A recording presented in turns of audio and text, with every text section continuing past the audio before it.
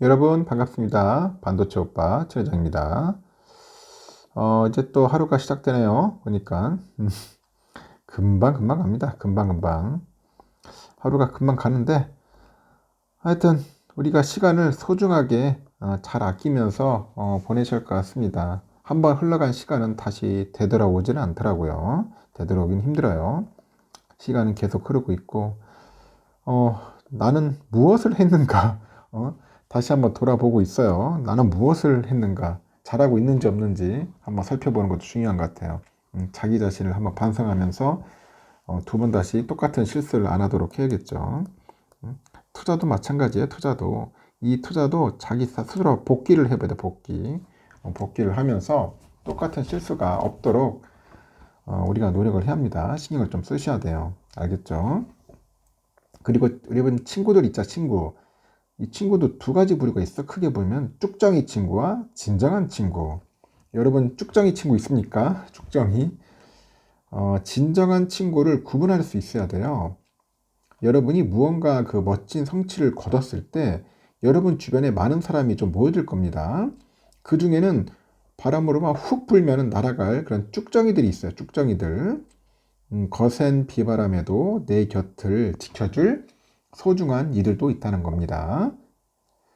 이들을 구분하는 가장 확실한 방법은 그들이 여러분이 무엇을 칭찬하는지 한번 눈여겨보는 거예요. 눈여겨보십시오. 쭉정이들은 겉으로 보이는 결과만 입이 닳도록 칭찬합니다. 계속 입이 닳도록 칭찬할 것인데 쭉정이들 눈에는 쭉정이만 보이기 때문입니다. 하지만 진짜 친구는 그 결과를 내놓기까지 들인 그 여러분의 시간과 이 노력이 있어요. 이 노력을 알아봐 줄 겁니다. 시간과 노력을 알아봐 줄 것이다. 그래서 쭉정이들의 그 달콤한 말에 속아가지고 진정한 친구에게 소홀히 하지 말라는 거예요. 여러분이 모진 비바람을 겪을 때 여러분 곁을 지켜줄 사람이 바로 그들이라는 겁니다. 진정한 친구 몇 명 있습니까? 한 명입니까? 두 명입니까? 100명입니까? 100명까지는 없겠죠. 소중한 친구 한 명만 해도 충분합니다. 알겠죠? 천혜장과 같은 진정한 친구를 만나십시오.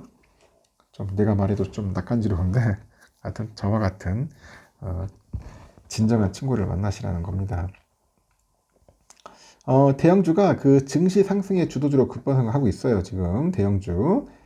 주가 변동성이 크지 않다는 그런 특성이 있지만은 외국인 투자금 유입이 대형주로 쏠리다 보니까 거래량이 증가하는 현재 추세라고 합니다. 어제 한국거래소 보니까 코스피 대형주 지수가 2565.23에 마감을 했고 특히 코스피 지수가 각각 1.82, 2.87% 올랐던 지난 1일과 2일에는 각각 1.65, 3.18% 상승하면서 지수 상승을 견인을 했습니다. 최근 5거래일 연속 코스피 시장에서 그 매수 우위를 보이고 있는 외국인은 그 대형주 위주의 매수세를 지속하고 있네요. 지난달 31일부터 이날까지 외국인들이 많이 사들인 종목이 현대차입니다. 8,914억 정도 샀어요.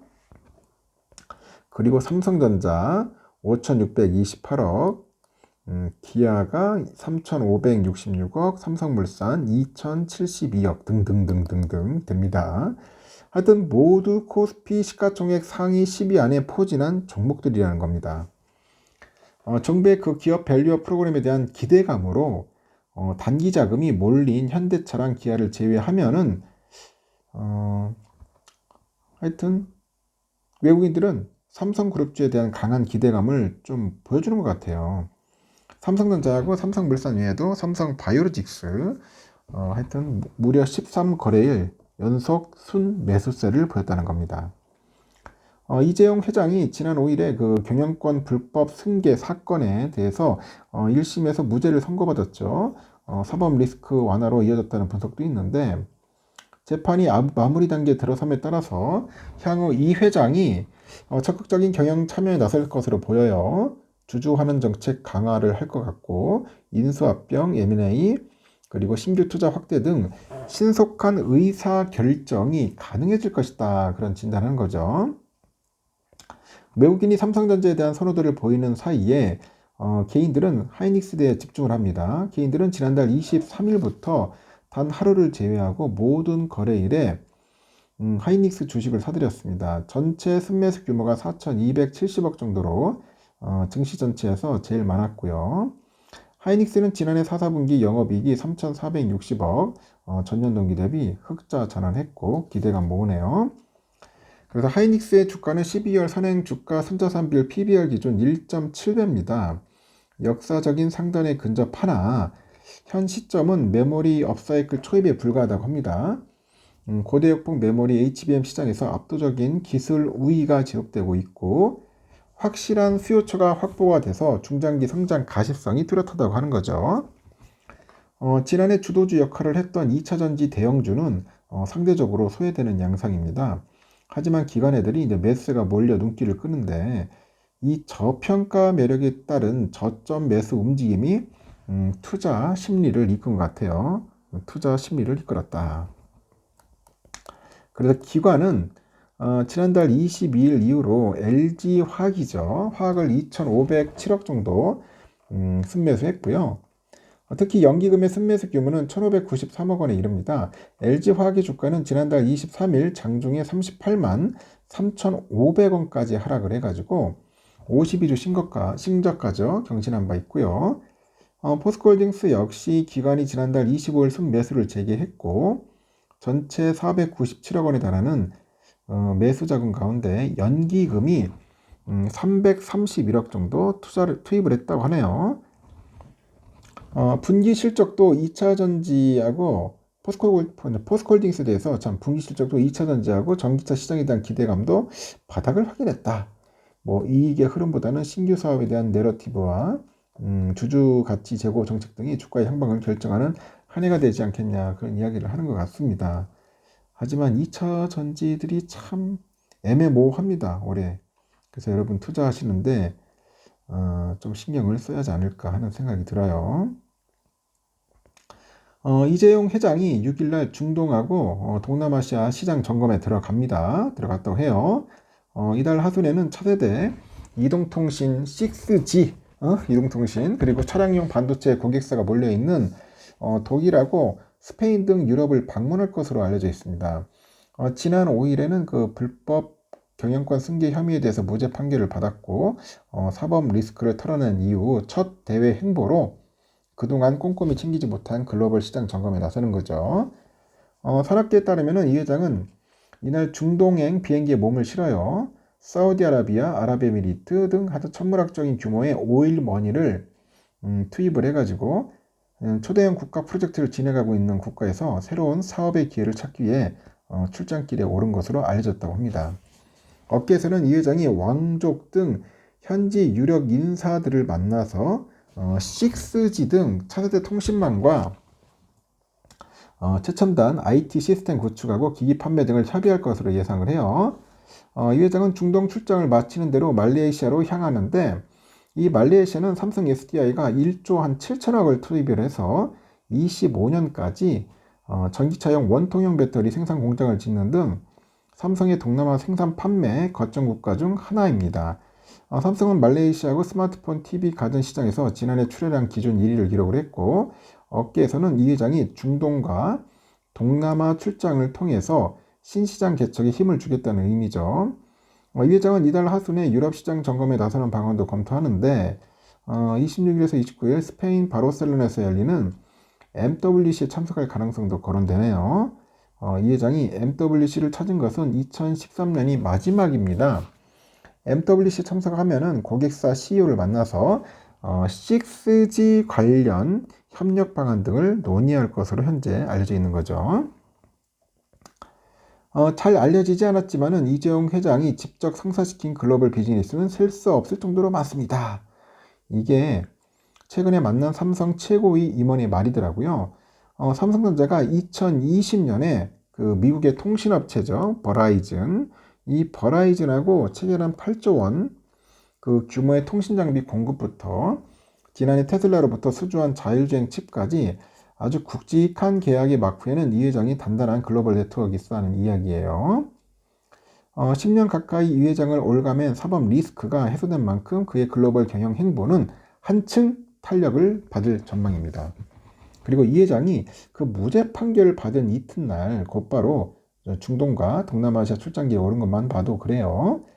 이 회장은 신시장을 점검하면서 새로운 사업 기회를 찾는 데 전력할 것으로 알려진 거죠.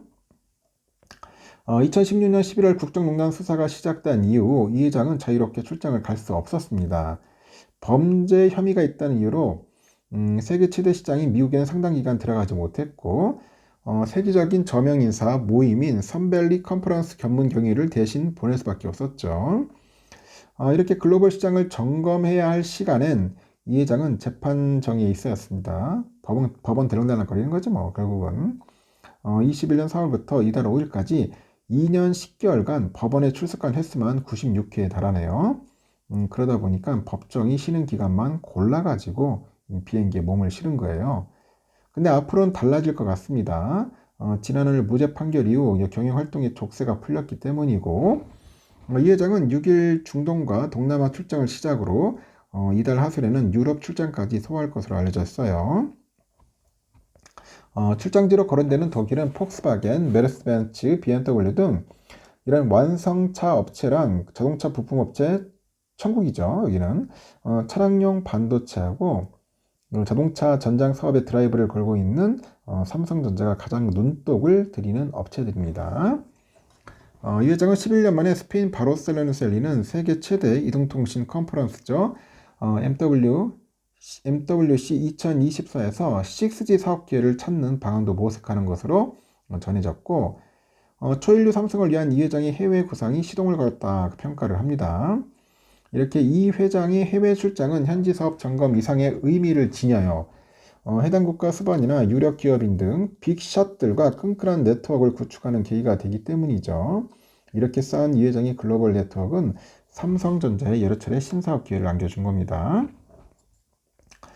지난해 미국 실리콘밸리에서 일론 머스크 테슬라 CEO와 만나서 자율주행 칩 관련 협력 관계를 단단하게 한 것이 대표적인데 일단 빈살만 그 사우디아라비아 왕세자를 1년에 두세 차례 이제 만나가지고 스마트 시티 사업에서 수주 성과를 내기도 했어요. 산업계에서는 글로벌 경영에 나선 이 회장이 머릿속에 든 키워드로 인공지능, 6G, 로봇 등을 꼽습니다. 한국에서 만나기 힘든 석학과 엔지니어를 만나서 이들 프로젝트에 대한 견해와 사업 아이디어를 얻는 것으로 알려졌는데 삼성 관계자는 이 회장은 미국, 캐나다, 이스라엘 등 AI 선진국을 찾을 때마다 유명 학자들을 만나서 최신 기술 동향을 파악을 합니다. 쉽게 데려오기 힘든 S급 인재 유치도 이 회장의 몫이겠죠. 삼성은 이 회장의 무죄 판결을 계기로 해서 이제 신사업 개발에 전력을 다할 겁니다. 진짜 죽을 똥 살 똥 해야 돼요. 삼성의 그 자체 생성형 AI 가우스를 뭔가 좀 고도화시키고요. 갤럭시 S24 등 AI 폰 경쟁력을 강화시켜야겠죠. AI 반도체 개발 등의 속도를 낼 거란 겁니다. 이 회장은 6G 이동통신 기술 개발을 통해서 미래 네트워크 시장 선점에도 힘을 쏟고 있어요. 6G 통신 장비 개발과 납품에 필수적인 글로벌 통신사와의 그 협업, 이 협업에는 이 회장이 직접 나설 것 같습니다. 로봇 시장과 그 관련해서 지난 1월에 미국 라스베가스에서 공개한 그 볼리, 이 볼리 하여튼 가족용 로봇뿐 아니라 인간하고 업무를 함께 할 수 있는 협동 로봇 개발에도 나설 것이다. 협동 로봇에도 나설 거라고 하니까 한번 지켜봤으면 좋겠습니다. 일단은 여기까지 하겠습니다. 여러분 좋은 하루 보내시고 또 다음 시간에 뵙도록 하겠습니다.